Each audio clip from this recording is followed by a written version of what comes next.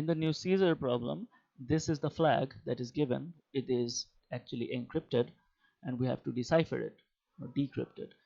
The file newcaesar.py is actually the Python script that was used to encrypt the file.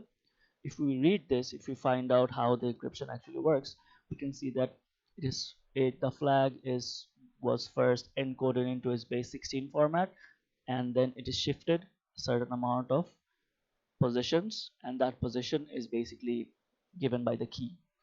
And there are certain conditions for the key. For example, the key k, for example, the key has to be one letter in length.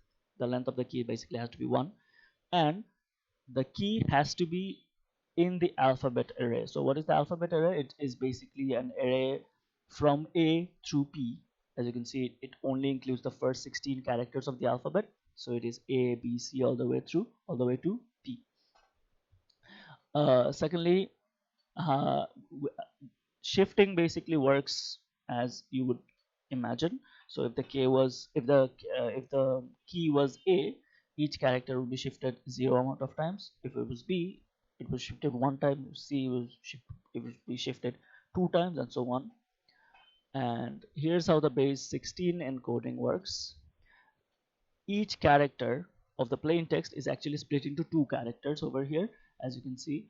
And how do we get these characters? Basically, the first thing we do is get the ASCII code of that character, and we get the binary of that ASCII code.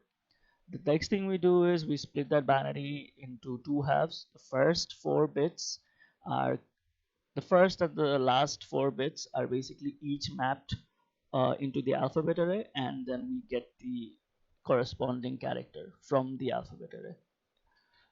So it's obvious, to solve this, to decipher this, the first thing we have to do is unshift those values, unshift the encoded or the encrypted values first, characters first, and then we have to apply the base 16 decode.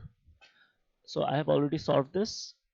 To unshift it, all you have to do is since they have added those 2 positions, or they have shifted the values to the right, all we have to do is subtract or shift the values to the left. Basically that would undo the shifting. And to undo the base 16 encoding, the first thing we have to do, as I said before, each character is mapped into 2 characters. So what we have to do is take in every iteration we have to actually take 2 characters and merge them together. So this is exactly what I've done here. As you can see that I've already only taken the even indexes. I've ignored the odd indexes because I take those indexes in each iteration, and I get the bits of those uh, files of those characters, and then merge them and actually get the character associated by the merged value. And this is how I get the plain text. So how will we find the key? The only way to find the key is to brute force try out each key.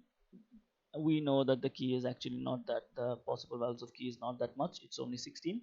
So I have ran a loop over here, and if we run this, as you can see, we get a lot of weird cryptic looking messages, but most of these characters are not even supported by the picoCTF. There only one of the outputs looks promising, and if we try this out in the picoCTF, yeah, as you can see, yes,